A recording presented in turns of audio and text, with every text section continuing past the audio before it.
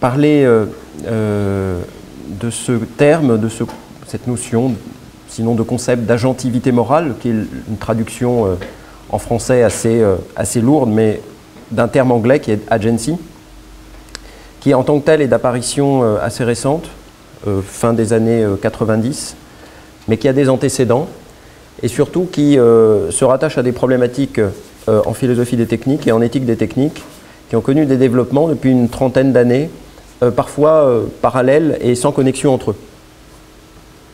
Donc tout d'abord, un domaine de recherche dont on peut retrouver les origines dans des réflexions sur la robotique, en particulier une publication qui, comme vous voyez, date de 1974, et qui partait du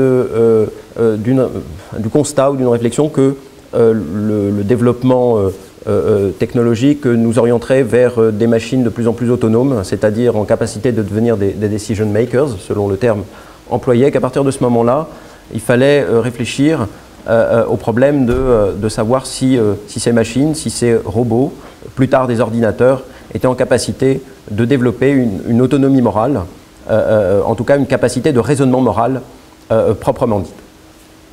Donc il y a une littérature très importante aujourd'hui, je vais donner un certain nombre de références, une littérature très importante aujourd'hui dans le champ de ce qu'on appelle les agents moraux artificiels, les AMA,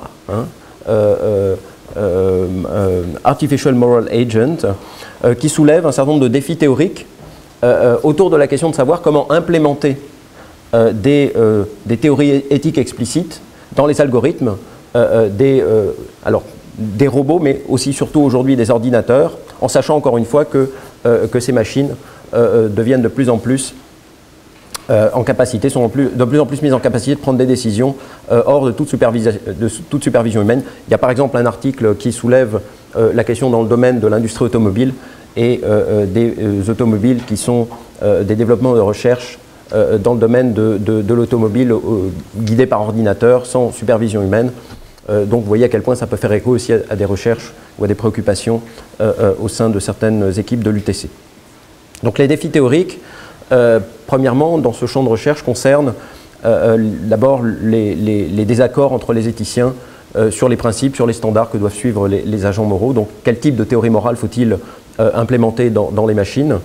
Et cela soulève également des défis techniques touchant les limites computationnelles à l'implémentation de ces théories morales, avec évidemment des questions cruciales à la clé, dont j'ai listé un certain nombre, les principales en tout cas. Comment automatiser un raisonnement moral? Qu'est-ce que ça signifie? Par ailleurs, est-ce que le simple fait d'appliquer des standards, de suivre des principes moraux, suffit à faire d'une machine agent moral? Est-ce qu'il ne faut pas, pour être un agent moral, avoir aussi une conscience, une capacité de connaître ce que l'on fait, par exemple en explicitant les normes que l'on suit pour prendre une décision?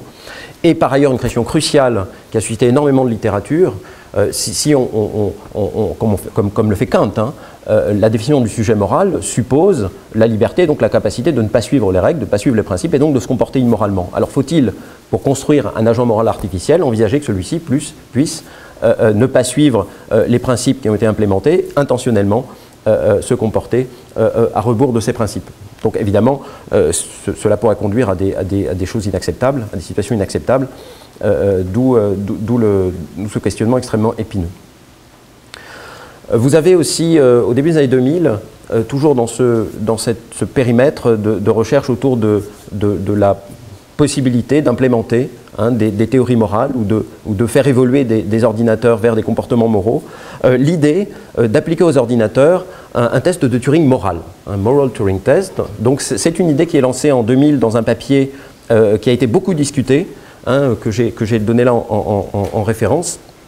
Et au départ, l'idée de ce test moral, ce test de Turing moral, visait à dépasser les désaccords sur ce qu'est la moralité, sur les critères de l'action morale. Donc avec des gens qui se battaient entre les déontologistes, les conséquentialistes, plutôt les tenants de l'éthique des vertus, etc. etc. Pour dépasser cela et décider des critères ou de ce qu'est un agent moral artificiel, eh bien, faisons passer le test de Turing à un agent artificiel et en fonction de la capacité ou de l'incapacité de l'interrogateur à discerner la machine de l'agent humain dans les réponses aux questions morales posées, eh bien, on déciderait d'attribuer le caractère d'agentivité morale, de moral agency, à la machine ou pas. Donc, test de Turing moral, vraiment, hein, c'est le test de Turing, mais appliqué, limité à des échanges, ou à des questions-réponses traitant de choses morales. Hein. Donc, mais c'est le test de Turing. Alors, c'est le test de Turing, il faut quand même repréciser que le test de Turing est fondé au départ sur le jeu de l'imitation. C'est-à-dire qu'il n'est pas une machine et un homme, c'est au départ un homme et une femme, avec l'homme à qui on demande d'imiter, de répondre aux questions comme s'il était une femme. C'est-à-dire que ce que Turing a proposé, c'est de remplacer l'homme par la machine. Donc la machine, ce qu'elle fait, c'est pas essayer d'imiter le comportement, les réponses d'un homme, mais d'imiter les réponses d'un homme imitant une femme. Voilà. Alors il y a toute une analyse dans le bouquin de Harry Collins sur les experts artificiels extrêmement intéressante du test de Turing, qui n'est pas pris en compte là-dedans. Hein. Donc c'est une version qui historiquement est me semble-t-il, plutôt biaisée du test de Turing qui posait sur ce plan-là, hein, sur la base du jeu de l'imitation, des problèmes tout à fait spécifiques. Alors, test de Turing moral, donc grosse littérature, notamment autour de la question de savoir si les ordinateurs pouvaient être en capacité d'articuler des jugements moraux, puisque, évidemment, la capacité de répondre aux questions de l'interrogateur suppose la capacité dans la machine d'articuler des jugements moraux, imitant donc celles des réponses humaines, ce qui ne pose pas de problème dans le déontologisme, qui repose sur le postulat que tout individu, toute raison est capable tout être rationnel est capable de fournir les raisons de l'action, mais pas forcément dans l'utilitarisme. Hein. Donc, suivant le type de théorie morale implémentée dans la machine, eh bien cette présupposition sur la capacité des ordinateurs à articuler des jugements moraux, à formuler des analyses sur la base de critères moraux et à expliciter les raisons de la réponse, de la décision, vont poser des problèmes différents. En tout cas, vont déboucher sur des apories dans un cas. Par ailleurs, effectivement, toute une réflexion aussi sur la question de savoir si le standard adopté pour ce type de test n'est pas à un niveau trop bas par rapport aux objectifs, puisque finalement une machine, un ordinateur pourrait passer le test tout en répondant bien, mieux que ne le ferait l'humain dans certains cas, mais pas dans d'autres. C'est-à-dire dans certaines situations, il pourrait se comporter plus mal et donc immoralement, ce qui évidemment ne serait pas acceptable. Sans compter le problème qui a été soulevé par d'autres discutants, d'autres commentateurs de ce type de test, c'est que finalement le critère, celui du comportement humain, pourrait être un critère trop bas, puisque l'être humain pourrait être lui-même très loin de l'idéal moral. Hein. Donc on comparait la machine à un standard qui finalement n'est pas celui auquel on veut l'apporter. Donc énorme littérature, littérature assez importante sur ce sujet.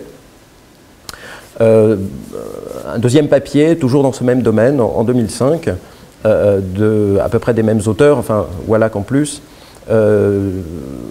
qui introduit différentes approches, finalement, de la construction d'agents moraux artificiels. Donc des approches top-down, d'ailleurs, donc c'est ce que je viens de dire, hein, ce qui a été quand même la source première du questionnement, comment implanter dans les machines des théories morales explicites, hein, qui fournissent des systèmes de règles. Donc est-ce qu'on va construire des machines dans lesquelles on va implémenter plutôt une théorie déontologique ou plutôt une théorie conséquentialiste, avec une littérature, là aussi, qui met en avant les difficultés de chacune des deux voies. Notamment des difficultés en termes computationnels sur le conséquentialisme, mais aussi sur le déontologisme, lié à l'existence de conflits de devoirs, à l'existence de devoirs prima facie, au sens de Ross, c'est-à-dire de devoirs, effectivement, qui sont des devoirs, qui seraient des devoirs dans une éthique de type kantien, mais qui, finalement, pourraient rentrer en conflit et qui imposeraient une sorte de hiérarchisation permettant de conduire au devoir effectif, celui qui va être effectivement appliqué dans la réalité ou retenu dans la réalité. Donc comment créer cette hiérarchie, sur quels critères, sur quels principes établir cette hiérarchie, problème pour implémenter ça évidemment dans une machine. Bon, pour le conséquentialisme, évidemment, c'est le calcul, le périmètre du calcul d'utilité, finalement, si on est utilitariste, qui soulève problème. Est-ce qu'il ne faut pas introduire des critères de limitation pour le calcul des conséquences de l'action dans l'espace et dans le temps. Voilà.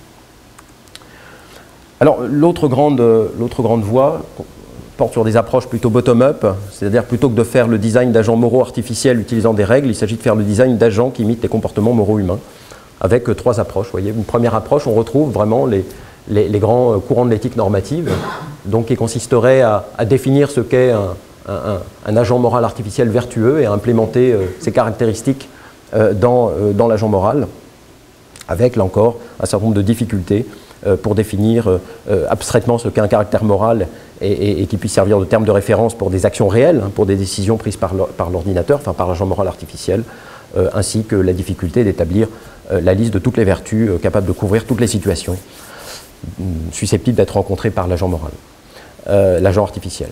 Bien, une deuxième approche fondée sur le machine learning, donc avec des méthodes par essai-erreur, voilà. Alors avec une très forte analogie avec le développement de l'enfant, avec une question qui est intéressante d'ailleurs, qui est de savoir finalement quel retour on ferait dans ce processus d'apprentissage à l'ordinateur pour lui indiquer qu'il a effectivement un comportement moral. Dans le cas de l'enfant, bah, c'est très variable en fonction de l'âge en particulier, en fonction des contextes. Ça peut être un système de récompense-punition, ça peut être une approbation sociale, ou alors un idéal abstrait. On propose à l'enfant un idéal abstrait à atteindre comme critère finalement d'évaluation de son comportement du point de vue moral. Mais là encore, on retombe sur des problèmes liés à la question de savoir si des agents moraux, des agents artificiels peuvent être capables de raisonnement moral abstrait. Bon. Et puis troisième approche, là aussi qui a donné lieu à pas mal de développements, de travaux, fondés sur l'évolution, des approches évolutionnaires, et avec une forte référence chez Danielson en particulier à la sociobiologie.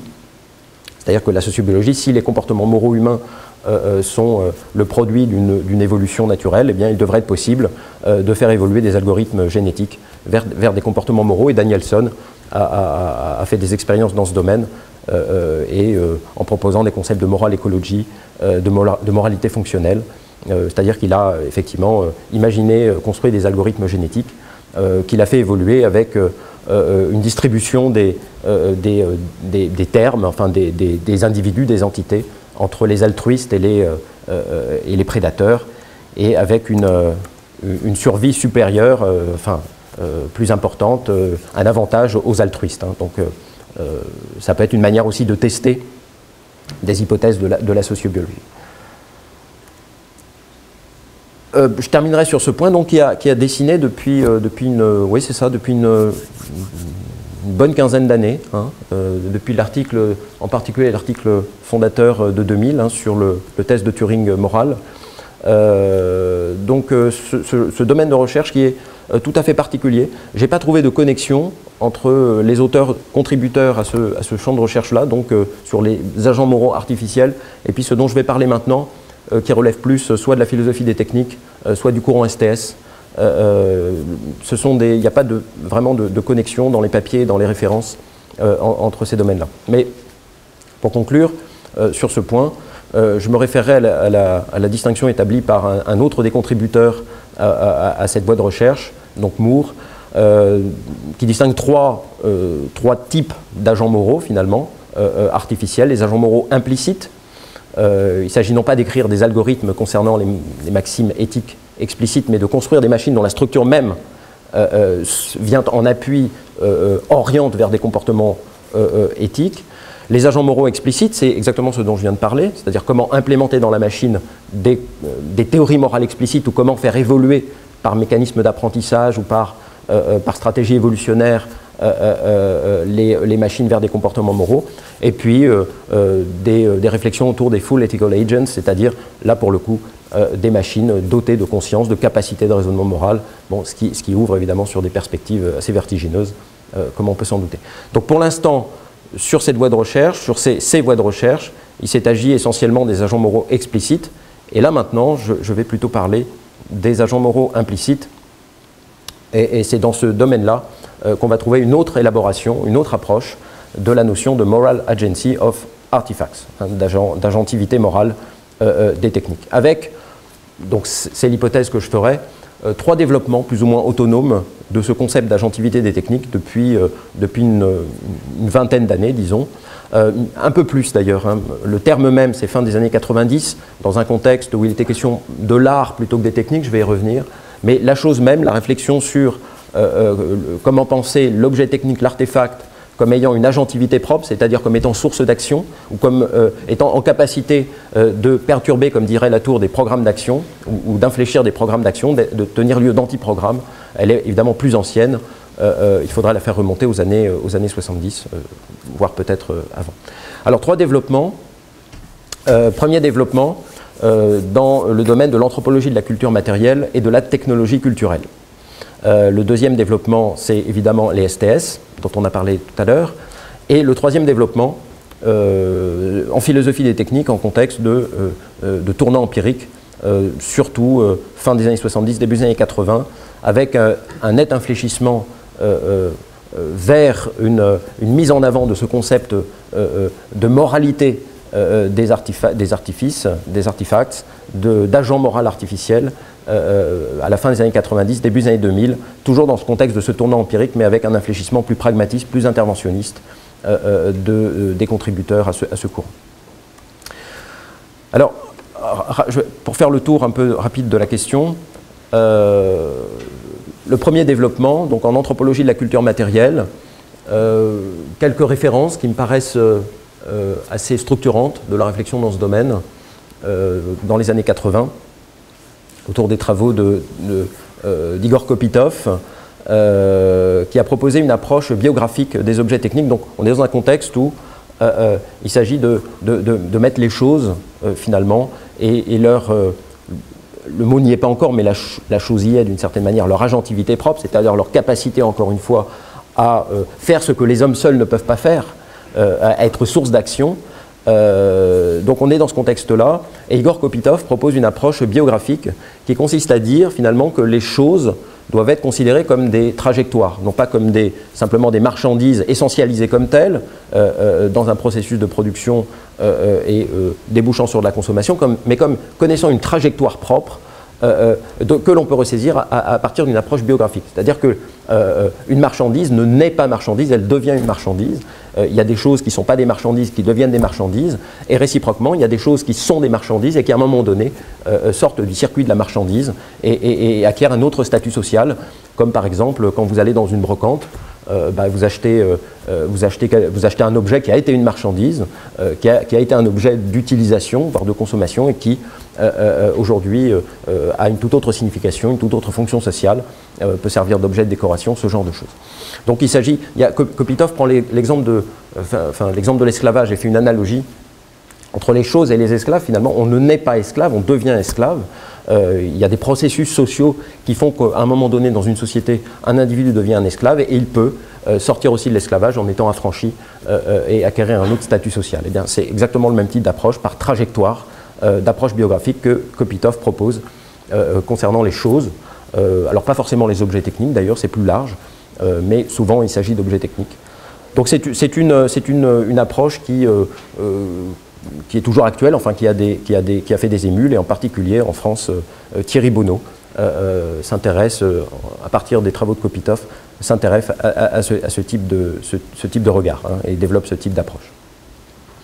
Bon, il faudrait citer aussi les travaux de Daniel Miller avec ce texte séminal, qui est une approche là aussi centrée sur les choses, mais à partir de réflexions sur la consommation. Hein, ce qui a d'ailleurs suscité une critique de cette approche de l'agentivité des choses ou des objets techniques d'un point de vue d'anthropologie de la culture matérielle, hein, des Material Culture Science, c'est celle de Pierre Lemonnier, dont pour lui, finalement, cette approche a certes apporté des choses en recentrant le regard sur la matérialité des objets, mais d'une certaine manière, c'est une approche qui n'est pas allée jusqu'au bout et qui a plus ou moins fait l'impasse sur la dimension proprement technique des choses, hein, qui s'est intéressée aux trajectoires des choses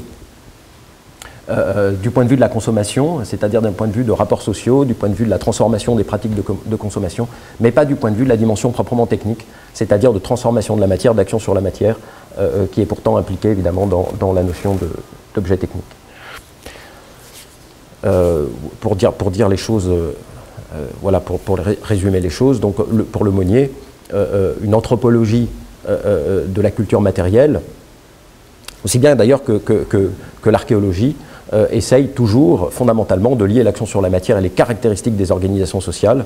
Or, les Material Culture Studies, ou Sciences, ont porté peu d'intérêt à la dimension physique et opératoire des techniques. Et Lemonnier s'inscrit, lui, très clairement dans une perspective qui est différente de celle des Material Culture Studies, qui est beaucoup plus de technologie culturelle. Donc il faudra introduire vraiment cette distinction entre anthropologie de la culture matérielle et technologie culturelle, qui a une provenance assez claire chez Mauss. Il y a une référence évidemment très forte à Mauss et à Leroi-Gourhan. Alors Lemonnier ne se réclame pas forcément de Leroi-Gourhan en tant que tel, mais la présence de Leroi-Gourhan est quand même très forte dans sa réflexion.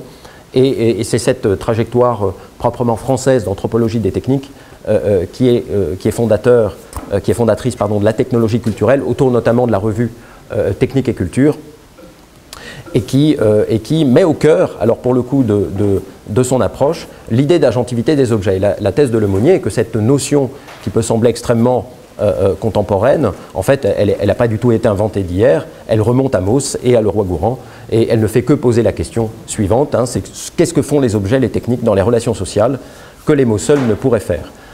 Qu'est-ce qui ne passe que par les objets ou passe mieux par eux? Et pour répondre à cette question, il ne faut pas simplement regarder le devenir des objets dans des pratiques de consommation, mais il faut regarder aussi la technologie elle-même, les caractéristiques techniques de l'objet et surtout les pratiques de transformation de la matière qui sont médiatisées par ces objets ou dont ils sont le produit.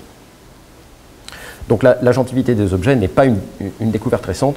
On pourrait d'ailleurs, c'est pas ce que fait Lemonnier, mais je partage son avis sur ce point, qu'il y a une ancienneté de cette idée que l'objet fait ce que les hommes seuls ne pourraient pas faire, ou que l'objet a une agentivité propre dans un contexte social et fabrique des cultures. Il y a un exemple remarquable, une étude remarquable, qui est moins citée quand il s'agit de Leroi-Gourhan que les deux grands ouvrages qu'on connaît, Le geste et la parole et Évolution et technique. C'est Archéologie du Pacifique Nord, c'est la thèse d'ethnologie que Leroi-Gourhan soutient en 1946. Et Leroi-Gourhan commence dans cet ouvrage par construire un concept d'objet extrêmement robuste qui lui permet de suivre à la trace les pratiques matérielles des hommes et de montrer ainsi comment se sont constitués des groupes culturellement distincts, ethniquement distincts, précisément par une manière extrêmement spécifique à chaque fois d'organiser les rapports à la matière et de transformer la matière. Donc en fait, ce que fait Leroi-Gourhan, c'est dans cette masse humaine extrêmement vaste, continue, qui couvre toutes les civilisations du Pacifique Nord, donc aussi bien côté Asie que côté Amérique, ce que fait Leroi-Gourhan, c'est se donner un concept d'objet qui permet d'introduire des distinctions en quelque sorte naturelles, de découper comme le bon boucher de Platon aux articulations naturelles de cette masse, en montrant d'une part que donc aborder les choses par les objets permet de retrouver des processus sociaux, des découpages qui ont une pertinence historique, une signification historique, mais en plus, sa thèse fondamentale, je pense, c'est que c'est la culture matérielle même, c'est l'objet, ce sont les modes d'organisation des rapports à la matière qui ont été constitutifs des cultures mêmes. Donc il y a une agentivité, même si le terme n'y est pas bien entendu, mais une agentivité des objets techniques dans l'approche que propose Leroi-Gourhan dans cet ouvrage passionnant. Et puis on pourrait citer, alors toujours dans le domaine de la technologie culturelle, c'est-à-dire de cette approche de la technologie dans les cultures, mais qui prête attention beaucoup plus que dans les Material Culture Studies à la technicité des objets. Donc un travail tout à fait intéressant qui relève de la technologie culturelle, celui de Ludovic Coupaille, sur la culture et la décoration des grandes ignames chez un peuple de Papouasie, à partir d'une réévaluation du concept de chaîne opératoire chez Leroi-Gourhan. Donc l'idée de Coupaille, c'est de regarder tout le processus depuis la plantation, la culture, la récolte et la décoration des grandes ignames, qui ont une fonction dans des rites, etc., de regarder tout le processus, de l'envisager à travers ce concept de chaîne opératoire, mais élargi aussi à toutes les pratiques rituelles, sociales, autour de ces activités matérielles, et en considérant que les chants, les poésies, etc., les récits des origines qui sont racontés à mesure que ces grandes ignames sont décorées font partie de la chaîne opératoire, qui prend donc une extension qu'il n'avait pas chez ce concept n'avait pas chez Leroi-Gourhan. Donc on a des choses extrêmement intéressantes qui s'inscrivent plutôt dans la continuité, encore une fois, de Mauss et de Leroy-Gourhan, et qui développent cette idée d'une agentivité des objets, même si le terme, encore une fois, n'est pas forcément celui qui est privilégié. Alors j'ai cité la critique de Pierre Lemonnier de l'approche d'anthropologie de la culture matérielle. Il y a une autre critique qui va exactement dans le même sens, qui est celle de Tim Ingold, notamment par exemple dans ce texte-là, Materials Against Materiality. Donc en fait la thèse de Ingold, c'est de dire que finalement dans ces approches prétendument orientées objets ou prétendument orientées matérialité des objets, finalement on construit une nouvelle abstraction qui est la matière, la matérialité des objets, au détriment d'une observation extrêmement fine des matériaux, de leurs propriétés, c'est-à-dire des aspects proprement techniques du processus de fabrication des objets. Alors j'ai donné en anglais ce texte, il me semble lumineux, qui introduit ce texte Materials Against Materiality, où clairement vous pouvez voir Tim Ingold critique ce que Simondon appelle l'illémorphisme, sous-jacent finalement, selon lui, des approches d'anthropologie de la culture matérielle. Hein, vous voyez, on ne peut pas penser cela comme une forme imposée à un substrat matériel, à de la matérialité. Non, il faut regarder les matériaux, comment les matériaux deviennent, se transforment en d'autres matériaux, qu'est-ce qui se passe aux interfaces. Et Tim Ingold cite explicitement Simondon, hein, sur lequel je reviendrai, Gilbert Simondon, dans cette défense d'une autre approche finalement de l'anthropologie de la culture matérielle que celle qui a été développée par des gens en particulier comme Daniel Miller. Alors ce terme d'agency,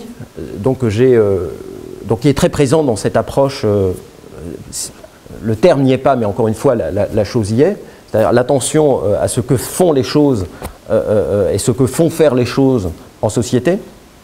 Ce terme d'agency, à ma connaissance, a été proposé pour la première fois dans cet ouvrage très important, très intéressant d'ailleurs, qui portait sur l'art, Art and Agency, donc pas sur l'objet technique mais sur l'art. Et la première formulation de ce concept d'agentivité, donc d'agency des objets, était motivée par une critique qui est tout à fait pertinente quand il s'agit des objets techniques, qui est une critique de l'approche des objets en termes de signification et de symbole. Donc il s'agissait de substituer aux approches de type sémiotique, d'interprétation des objets d'art comme des supports de symboles, comme des textes qu'il fallait décrypter, interpréter, etc., dans les cultures diverses et variées. Donc de substituer à cette approche une approche que Alfred Gell appelle centrée action, c'est-à-dire attentive à ce que font les objets dans les processus sociaux.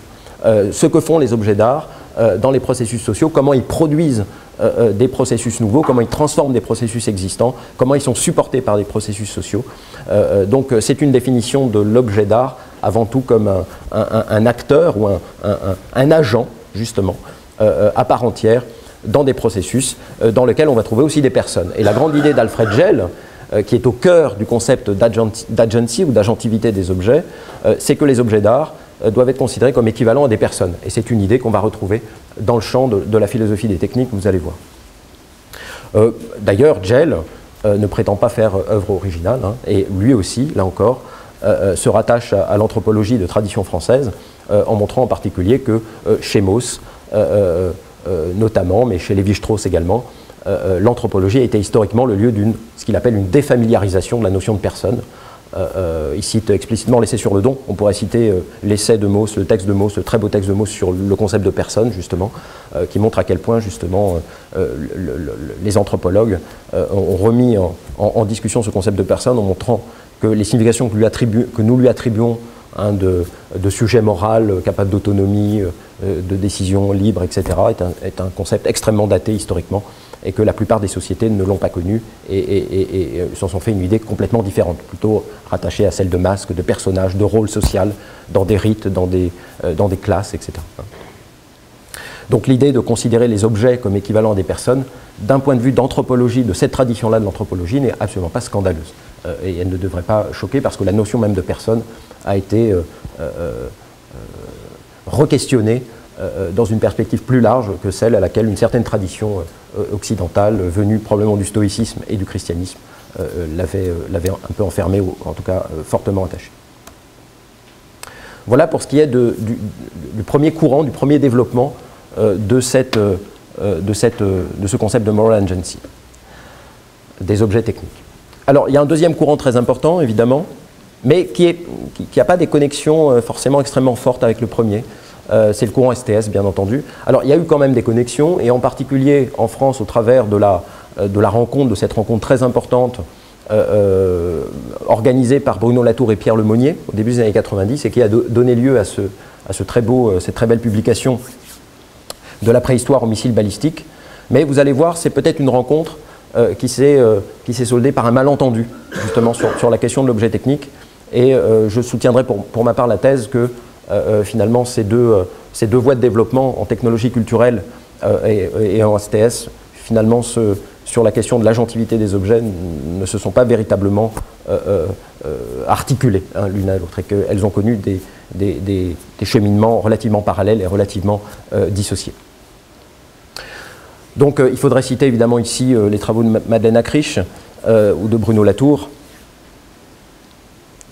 Donc là j'ai cité un texte qui me semble tout à fait emblématique de ce que veut faire Acriche, et qui d'ailleurs la situe peut-être un peu en marge, ou en tout cas dans une posture assez différente de celle de Latour. Comme on sait, bon, évidemment Acriche a très largement contribué au développement du CSI, mais je crois que, c'est ce que je vais essayer de montrer dans un instant et assez rapidement, il y a quand même une différence assez marquée, assez notable, entre son concept d'objet technique et celui de Latour. Et je pense que celui de Madeleine Acriche est plus robuste, finalement, pour penser les enjeux éthiques et pour aller vers un vrai concept d'agentivité éthique des objets techniques. Pourquoi est-ce que je dis ça? Eh bien parce que finalement, quand on lit cette petite introduction, enfin ce texte-là que j'ai pris dans ce papier, qui est assez séminal, eh bien on s'aperçoit que pour Acriche, un objet technique est avant tout un hybride à la fois de relations sociales, d'humains, mais aussi qu'il a une existence proprement physique, qu'il ait un certain mode d'articulation et qu'il sédimente un certain mode d'articulation au monde physique, et que c'est dans ses caractéristiques techniques propres qu'il doit être aussi examiné. Donc l'objet technique ne peut pas être, voilà la fin de cette citation est pour moi tout à fait emblématique de cela, l'objet technique ne peut pas plus être confondu avec un dispositif matériel qu'avec l'ensemble des usages remplis par ce dispositif. Il se définit très exactement comme leur rapport construit entre ces deux termes. Eh bien, je crois que cette définition de l'objet technique comme un mixte finalement de nature et de société est beaucoup plus, situe Madeleine Acriche beaucoup plus proche de Simondon que de Bruno Latour, finalement. Alors quand même Latour, et après je vais passer aux critiques, il y a deux textes qui sont là aussi tout à fait importants pour comprendre la signification du statut de l'objet, de cette approche dite centrée objet dans l'ANT, dans la théorie de l'acteur réseau. C'est ce texte sur la sociologie sans objet, sur l'interobjectivité, qui est un texte dans lequel Latour fait état de ses longues discussions, de son travail partagé avec la primatologue Shirley Strum, et en montrant, enfin en expliquant quelle est la différence entre les sociétés humaines et les sociétés de grands singes. Ce que dit Latour en substance, c'est que dans les sociétés de grands singes, donc il y a de la technique, on sait très bien qu'il y a une technicité animale, en particulier chimpanzés et même dans d'autres types d'espèces, qui peut être assez sophistiquée. Il y a évidemment de la socialité dans ces sociétés qui peut être extrêmement compliquée. Enfin, ces sociétés sur le plan de la complexité des relations sociales, de leur capacité à négocier, à gérer des conflits, etc., n'ont rien à envier aux sociétés humaines. Mais ce qu'il n'y a pas, c'est finalement le rôle médiateur de la technique dans les interactions sociales.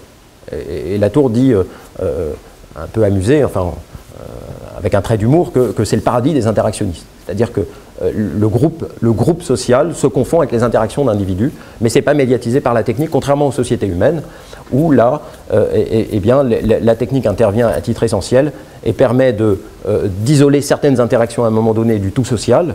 Par exemple, quand vous êtes au guichet de la poste, bon, vous avez une interaction avec la personne en face de vous et vous ne vous attendez pas à ce que la société entière débarque et se mêle de la conversation. Cela, pour Latour, s'explique, qu'il y ait du social qui puisse être mis en réserve pour que l'interaction soit possible, finalement s'explique par l'intervention des objets comme des acteurs à part entière dans le processus de l'interaction. Bon, vous avez aussi ce texte qui qui développe un point de vue, ce point de vue de la moralité des objets techniques, hein, la clé de Berlin. Donc la clé de Berlin, je reviendrai après sur Karin Knorr-Kettina, la clé de Berlin, vous connaissez peut-être cet exemple que donne Latour. Donc la clé de Berlin, c'est ça. Donc c'est une clé bizarre avec deux côtés qui sont symétriques, donc on se demande à quoi ça peut servir. Et en fait, voilà le principe. Vous introduisez la clé, vous faites le tour, là vous tournez à 270 degrés pour ouvrir la porte, et vous ne pouvez pas retirer la clé. La seule manière de retirer la clé, c'est de passer la clé de l'autre côté de la serrure, donc vous faites le tour, mais vous ne pouvez pas non plus retirer la clé à ce moment-là. Il faut refaire le tour à 270 degrés pour refermer la porte, afin d'être en capacité de retirer la clé compte tenu de la structure, en particulier cette encoche là qui est présente et qui empêche de retirer la clé si elle n'est pas dans la bonne position. Et bien ça, c'est une clé qui a été imaginée pour obliger finalement les gens à fermer les portes. Parce que sinon les gens se foutaient complètement de...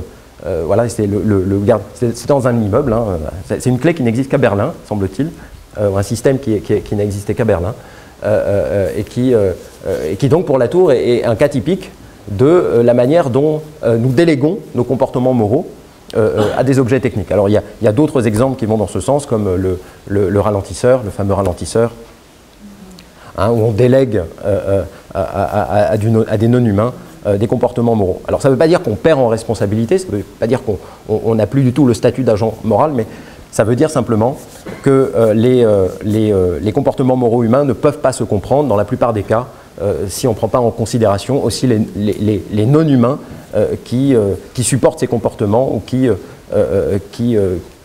viennent en appui à ces comportements ou auxquels nous déléguons une partie au moins de ces comportements. Bon, je vais aller très vite. Alors je ne vais pas passer... Il y avait Karin Knorr-Kettina, bon, mais je vais passer rapidement. Donc je voulais quand même... Avant d'arriver en 5 minutes donc à la troisième voie de recherche, enfin de développement de ce concept d'une agentivité morale des techniques, insister sur une certaine ambiguïté chez Latour, touchant notamment le statut de l'objet. Si vous regardez dans la clé de Berlin, page 34-35, Latour dit qu'en fait la notion d'objet est une notion abstraite. On ne voit jamais d'objet, on ne voit que des processus, des interactions, des programmes d'action, etc. Il n'y a pas d'objet. Les seuls objets qui existent, ce sont ceux dont s'occupe l'archéologue, hein, quand il gratte dans la terre, les trucs enfouis qui sont coupés de toute interaction sociale, de signification sociale. Eh bien ça, c'est de l'objet. Donc l'objet, c'est ce qui reste quand on a vidé la technique de toute sa dimension sociale, interactionnelle, concrète en quelque sorte. C'est une abstraction. Et ça a été pointé, et je suis totalement d'accord, notamment par Henning Schmidgen, qui est un historien des sciences allemand, en particulier dans ce papier, où il explique finalement que les objets de Latour enfin pour Latour, sont des abstractions et qu'il aborde avec une grille d'analyse sémiotique, hein, comme des régimes d'énoncés. J'ai cité en bas de page Aramis ou l'amour des techniques, qui a été évoqué tout à l'heure. Je pense que c'est tout à fait vrai, je suis tout à fait d'accord avec ce que dit Schmidgen. Et quand on regarde Aramis ou l'amour des techniques, en fait c'est un long texte il n'y a pas d'objet, et c'est très intéressant de voir que Latour, pour développer sa philosophie des techniques, parce que c'est un texte qui est centré sur la technique, prend le cas d'un objet qui n'a pas existé, qui est resté un tas d'archives au fond de carton. Ça a été un échec.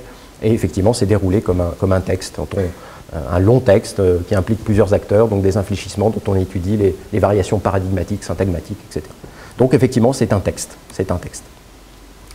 Et enfin, troisième développement de ce concept d'agentivité morale, donc le tournant empirique en philosophie des techniques, dont a parlé un petit peu tout à l'heure Christelle, avec deux générations, donc une première génération nord-américaine dans les années 80, donc vous reconnaissez notamment Carl Mitcham, qu'elle a cité, il faudrait citer Don Heidi, etc. Donc ce sont des gens en fait qui essayent de reprendre à nouveau frais la question philosophique de la technique en prenant des distances vis-à-vis des approches traditionnelles, classiques, en particulier Heidegger, l'école de Francfort, même si ces auteurs restent très présents, mais il s'agit d'avoir une approche un peu plus empirique, plus attentive à la diversité des techniques. Et surtout, sauf pour Borgman, qui est un peu un cas à part dans cette affaire, mais ce sont des gens qui vont être très influencés par STS. Hein, ce sont des gens qui sont très influencés par STS, en particulier Finberg, mais c'est vrai aussi pour Don Heidi, pour la post-phénoménologie, et aujourd'hui pour le continuateur de la post-phénoménologie de Don Heidi, qui est Peter Paul Verbeek, qui reste très influencé, en tout cas en forte discussion avec Latour. Et donc une seconde génération qui est plus nord-européenne, avec un certain nombre de personnes, voilà, mais qui sont en forte interaction avec la première génération. Et deux traits caractérisent ce tournant empirique en philosophie des techniques version 2 en quelque sorte.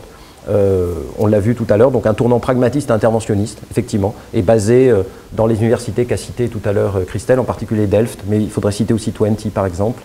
On parle de Tingly Turn, d'Ethical Turn, de Technology Accompaniment, je pense que Flora en parlera tout à l'heure, et avec une articulation très forte aux questions du design, et avec une prolifération depuis une quinzaine d'années de méthodologies extrêmement diverses pour réfléchir à la manière d'implémenter dans le processus du design des valeurs, donc Value Sensitive Design, Emotional Design. Voilà. Bien, pour terminer, il me semble que sur cette base-là, donc avec des développements qui sont relativement indépendants, alors en philosophie des techniques et STS, c'est très articulé, mais avec technologie culturelle, c'est beaucoup moins le cas.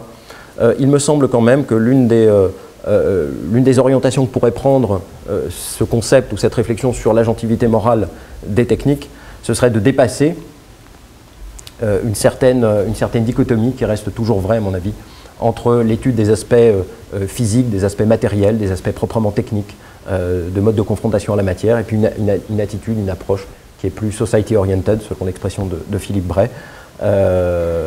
Donc aller et faire en quelque sorte, suivre en quelque sorte à la trace le programme établi par Ingold, hein, qui préconise tout à fait cela.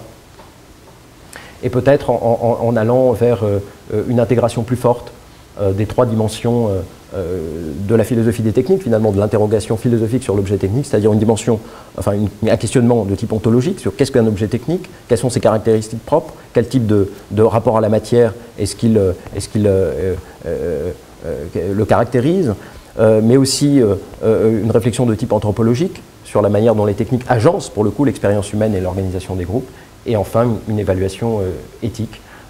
Goffey faisait remarquer à la fin des années 80 que ces trois grands volets, jusqu'à il n'y a pas si longtemps, étaient articulés sans trop de problèmes chez Platon par exemple, pour aller vers les plus anciens, et que la philosophie des techniques contemporaines était allée dans le sens d'un morcellement. Peut-être qu'il faudrait justement, et c'est je crois ce à quoi travaillent aussi ces philosophes du tournant empirique, aller vers une réarticulation de ces différentes approches en philosophie des techniques. Et pour ma part, il me semble que des gens comme Lemonnier, comme Gell, enfin surtout Lemonnier et consorts, préconisant d'aller davantage vers une technologie culturelle que vers une anthropologie de la culture matérielle, donc une technologie fondée sur les travaux de Mauss et de Laurent-Courant, introduirait une problématique qui est très très minorée dans la philosophie des techniques aujourd'hui, c'est-à-dire l'ancrage vital de la technique, donc qui est plutôt de tradition française ou allemande. Une idée d'ancrage vital de la technique, c'est-à-dire qui réintroduirait peut-être un point de vue normatif sur la technique, le point de vue de la normativité vitale, de l'esthétique, au sens de l'aesthésis, hein, au sens du sentir, dans la question justement des valeurs et de cette capacité que les techniques ont d'agencer, c'est-à-dire de structurer, de transformer les interactions sociales, les relations entre les agents humains. Donc personnellement, moi c'est ce qui m'intéresse aujourd'hui, c'est d'articuler mieux ce tournant empirique en philosophie des techniques avec la philosophie de l'anthropologie de tradition française, fortement intéressée par les rapports entre les techniques et le vivant. Voilà, merci. J'ai une petite question qui relève d'un étonnement sur deux parties au moins de l'exposé, enfin des auteurs qui discutent, hein, c'est pas trop, c'est les auteurs, c'est que tu pars en présentant des réflexions initiées dans les années 70 sur la morale et les machines, donc imagine une machine comme être morale autonome, suivre une règle, enfin, qui sont des questions presque de méta-éthique. C'est général qui présuppose, enfin qui appelle des réflexions en général sur ce qu'est une règle morale, un comportement moral, comme une norme, et puis en donné, tu présentes surtout des auteurs qui se signalent par un souci porté à la concrétude des artefacts, voire à leur singularité, si tu veux, et qui, enfin je pense à des auteurs comme Latour ou Attrich, qui seraient plutôt sceptiques par rapport à des questions très générales sur la morale, par exemple. Et donc, ouais, je suis un peu frappé par ce contraste entre d'un côté, tu commences par des questions des auteurs intéressés par des choses très générales, et ensuite tu présentes surtout des auteurs qui se caractérisent par, non pas par un déni de la généralité, mais par un souci vraiment porté aux choses dans leur singularité, dans leur concrétude. Et donc, voilà, c'est comment on Oui. Alors, tu as raison. En fait, ce que je voulais faire, c'est montrer, encore une fois, la diversité des voies d'élaboration de cette notion d'agentivité morale, qui est quand même aujourd'hui très dominée par les réflexions de Verbeek, etc. Mais ce n'est pas la seule voie, bien loin de là. Verbeek en discussion avec Latour, donc l'exemple du ralentisseur, voilà, qui est souvent mis en avant. Donc c'est ça qui qui domine vers la réflexion sur ce que c'est qu'un objet technique envisagé comme un agent moral. Bon. Ce que j'ai voulu montrer, c'est qu'il y avait il y a une autre origine de cette réflexion-là, qui n'a strictement rien à voir. C'est curieux que ça n'ait strictement rien à voir. C'est curieux qu'il n'y ait pas eu de rapprochement. Mais tu as tout à fait raison. Les questions sont différentes. Elles commencent par des questions de métaéthique. Ce qui est intéressant dans cette littérature-là, c'est que c'est à la fois, les questions qui sont posées sont à la fois extrêmement opérationnelles. Donc je ne suis pas tout à fait d'accord pour dire que ce n'est pas la singularité, ce n'est pas l'opérationnalité des choses qui est mise en avant. Au contraire, il y a vraiment des problèmes techniques, comment on va implémenter en quelque sorte dans un algorithme des théories morales explicites, comme système de règles, etc. Comment on va construire des agents capables d'évolution vers des comportements moraux. Bon. Donc il y a des questions opérationnelles, mais il y a des questions de métaéthique. Et métaéthique au sens où eh bien, les problèmes posés d'un point de vue opérationnel amènent en retour à se questionner sur ce qu'est un agent moral, ce qu'est un raisonnement moral, ce qu'est un caractère moral, etc., etc. Tu as tout à fait raison. Et j'ai envie de dire que c'est un peu, pour moi, c'est un petit peu le même dispositif de questionnement que ce que présente Jacques Monod dans Le hasard et les nécessités. C'est-à-dire, qu'est-ce que la vie, etc. On ne sait pas. En revanche, quand on doit envoyer un robot sur Mars et qui soit capable de reconnaître le vivant, de faire les distinctions entre ce qui est vivant et non vivant, là, on est amené à se questionner en retour. C'est un problème d'implémentation, de fabrication d'un robot, mais on est amené en retour à se dire, mais qu'est-ce que c'est que la vie? Comment on caractérise la vie? Et Le hasard et les nécessités commence par cette question. Donc par cette fiction d'un robot martien. Là, ce n'est pas une fiction. Là, ce sont des gens qui réfléchissent vraiment à partir des lois d'Asimov. Pourquoi les lois d'Asimov, ce n'est pas suffisant? Parce que la première loi, déjà, elle peut générer des conflits de valeurs, etc., etc. Donc, qui réfléchissent à partir de là d'un point de vue opérationnel aussi. Mais je suis d'accord avec toi, et c'est ce que j'ai vraiment voulu mettre en avant, ce qui est tout à fait frappant, c'est le caractère extrêmement parallèle des chemins. Et quand on lit cette littérature, ou inversement la littérature en philosophie des techniques, ces gens-là, par exemple, sont absolument pas cités. Enfin, je veux dire, je n'ai pas trouvé d'occurrence. Il y a peut-être, mais vraiment, ça ne crève pas les yeux. Alors que, je veux dire, les rapports entre la première génération et la seconde génération du tournant empirique, là, les citations sont très croisées. Avec STS, c'est très croisé. Voilà. Ouais, je voudrais évoquer un aspect de la notion d'agentivité, d'agency en anglais, que tu n'as pas évoqué. Simplement, je voudrais savoir ce que tu en fais, si tu en fais quelque chose. C'est que dans cette notion, il y a un aspect de potentialisation qui la différencie de, par exemple, une notion comme l'action. Tu veux, c'est comme la différence entre compétition et compétitivité, entre résistance et résistivité. Et je crois que c'est un aspect de la critique que Ingold fait à cette action, à cette notion. C'est-à-dire, il dit, tous les gens qui veulent mettre en avant cette notion d'agency, c'est pour ne pas parler de l'action. Et donc, Ingold est beaucoup plus, comment dire, actualiste. C'est un espèce de néo-bergsonien.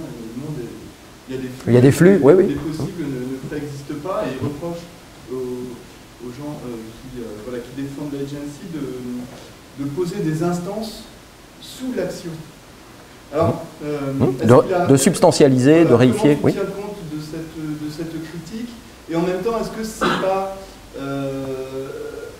c'est pas aussi intéressant justement de poser des instances, non pas sous l'action, mais des instances d'action qui seraient différentes d'autres instances d'action? Est-ce qu'un agent humain, c'est pareil qu'un agent non humain? Est-ce que justement, ce qui ne manque pas chez Latour, c'est que ces objets techniques qui agissent, ils sont, ça reste des acteurs et pas des agents. Enfin, voilà. Oui. Est-ce que tu prends en compte ça et qu'est-ce que tu... Alors, bon, pour Ingold, oui, je suis d'accord avec ton analyse. Et moi, je pense que le fond de la critique de Ingold, c'est que ceux qui parlent de moral agency aujourd'hui n'ont pas la métaphysique qui convient. C'est-à-dire, on parle d'éthique, mais et c'est pour ça que j'ai terminé par cette idée quand même de réarticuler les différentes dimensions de la philosophie des techniques. Il lui faut quand même une ontologie adéquate. Et que la métaphysique sous-jacente, le plus souvent, c'est une métaphysique illémorphique, et Ingold reprend exactement ce terme et, à travers sa lecture de Simondon, et qu'elle n'est pas adéquate. D'où l'idée, alors tu appelles ça, oui, c'est néo-bergsonien, effectivement, mais centré sur les matériaux, sur le devenir des matériaux, sur la processualité, pas de la matière, qui est une abstraction, mais des matériaux, et qui donnerait une consistance beaucoup plus actuelle et effectivement plus robuste, métaphysiquement, à la notion d'agentivité. Oui, mais il n'y a que des... Alors, justement, c'est ce que j'ai oublié de dire dans ma question. Par exemple, bon, je sais pas, j'ai pas lu tout Ingold, mais oh, moi non plus. Mais c'est un super prof et tout, c'est génial. Mais justement, comme il n'y a pas de constitution de potentiel, de centre d'action, on se demande comment stabiliser des positions, des valeurs, enfin comment intervenir dans l'éthique quand il n'y a pas de... Voilà. Il n'y a pas de potentialisation d'accord, oui. De champ possible qui à un moment se stabilise. Non mais alors attends, en ce qui me concerne, je trouve que la métaphysique d'Ingold, enfin ce que Ingold propose au titre d'une métaphysique de la matérialité ou des matériaux, effectivement ne permet pas de dégager un concept d'objet technique. Parce qu'à un moment, effectivement, il faut stabiliser. Et pas d'objet. Voilà, moi je ne sais pas vers ça que je vais. Je pense que Simondon propose autre chose, justement, autour d'un concept d'objet technique. Mais avec ceci qui le rattache enfin, c'est pour ça à mon avis qu'Ingold le lit, c'est cette critique d'une sorte de métaphysique, d'abord d'une symétrie, la symétrisation. Là je suis tout à fait d'accord. L'idée chez Latour d'une symétrisation, d'une symétrie des humains et des non-humains pose un vrai problème. Et d'ailleurs, Simondon n'a jamais dit que les hommes et les machines devaient être symétrisés. Il a même dit exactement le contraire. C'est à partir du moment où on assume la symétrie de la relation qu'on peut penser un objet technique. Et c'est peut-être parce qu'il a trop symétrisé qu'il ne peut pas penser un objet technique, Latour. Et donc la critique de Ingold appliquée à Latour, moi je la reçois. Et non seulement je pense qu'elle est... Latour, il y a, contrairement à Krisch, je pense qu'il y a un concept d'objet technique chez Krisch, mais pas chez Latour.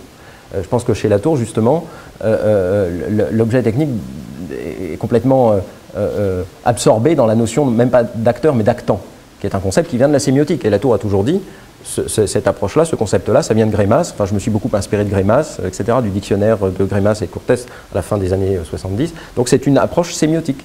Et d'où la critique, effectivement, de Lemonnier, etc. Donc chez oui, il y a... la question de l'agentivité morale,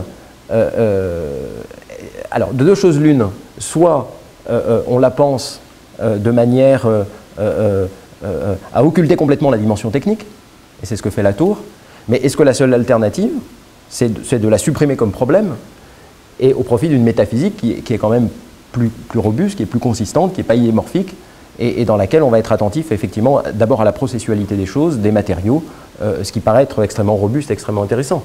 Ressaisir les techniques dans une processualité incessante. Mais là, pour le coup, on est effectivement sur une sorte d'impossibilité, d'incapacité à penser un centre d'action. À penser un centre d'action.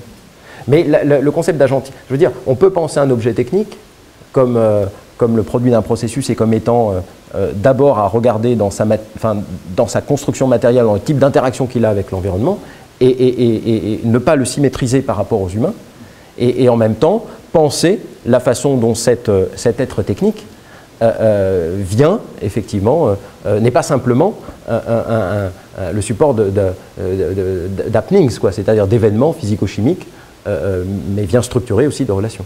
C'est ce que veut penser Simondon, c'est ce que voulait penser le roi Gourand. Hein. C'est ce que voulait penser le roi Gourand. Je veux dire, il n'y a pas de symétrie des hommes et des objets techniques chez le roi Gourand. Mais il y a, en prenant la voie de l'objet technique, on trouve la manière dont les hommes se sont organisés entre eux. Enfin, on comprend la manière dont les hommes se sont organisés entre eux et comment, finalement, la masse humaine se découpe selon des articulations qui correspondent à des processus historiques.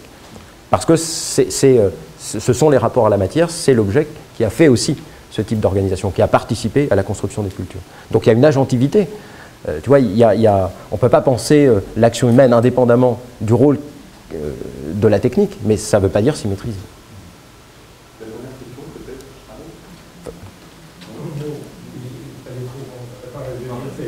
L'exposé est super intéressant et comme on voit plein de remarques et questionnements. Enfin non, je ne vais pas l'élaborer parce que... Oh, quand même, essaye.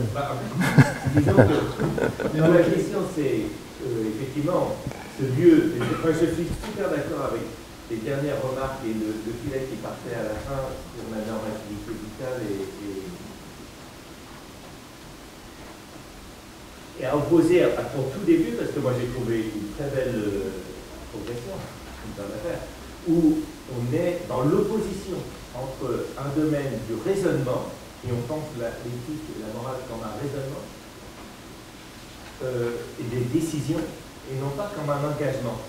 Et ça se voit très bien, puisque un robot, il peut résoudre, on peut faire tous les calculs qu'on veut, mais la question c'est de percevoir. Par exemple, percevoir, est-ce que j'ai affaire à un être intentionnel ou pas?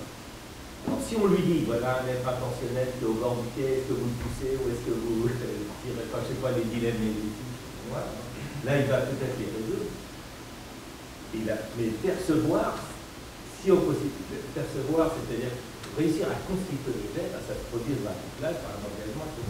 Et du coup, je dissous cette distinction, si je prends au sérieux la fin, entre un système cognitif et le monde. Voilà, je suis dans le couplage. Et c'est là qu'est l'objet technique. Il joue. Alors, c'est pour ça que je disais ma question, ça va pas comme question, parce que c'est vraiment un truc de travail. Voilà. Et donc, cet exposé m'a bien lancé intellectuellement. Et donc, de voir cet objet, mais pas forcément comme un agent, parce que dans les sciences cognitives, on appelle agentivité cette fois-là, la capacité de se reconnaître comme cause de ses actions. Là, c'est encore autre chose. Non, c'est tout à fait autre chose. Bon. Donc, les techniques sont des agents qui s'appellent des GTS, parce qu'elles sont constituantes. Ouais. Mais bon, moi j'ai vraiment du problème avec le mot agent. Le fait de se reconnaître comme source de ses actions, c'est ça. Dans cette typologie, c'est ça. Il n'y a pas besoin, même pour des agents moraux explicites, c'est-à-dire qui embarquent dans leur algorithmique des théories morales explicites, déontologistes, conséquentialistes ou autres, il n'y a pas besoin de supposer l'existence d'une capacité à se reconnaître comme étant l'auteur de ses propres actes. Donc il y a une progression, il y a une gradation dans la manière de dire ce que c'est qu'un agent moral artificiel. La clé de Berlin ou le ralentisseur sont des agents moraux implicites, mais certainement pas au sens, et ne soulèvent pas du tout les mêmes questions que dans ces approches très computationnelles. Tu vois, c'est pas le même concept. Oui, exactement. Oui. Mais c'est pas ce qui est mis en avant dans les approches que j'ai présentées au début. Ça, c'est clair. Enfin, je les ai indiquées parce que ça fait partie de la littérature et c'est une... voilà, mais effectivement, c'est totalement déconnecté, encore une fois, de ce qui nous semble, et en particulier dans Kostek, autour des formes de l'expérience, etc. C'est de ce qui nous intéresse. On va peut-être prolonger ça pendant le début. Oui. Alors, je crois que tu suggérais qu'on reprenne un quart d'heure plus tôt que ce que tu étais prévu. Oui, éventuellement.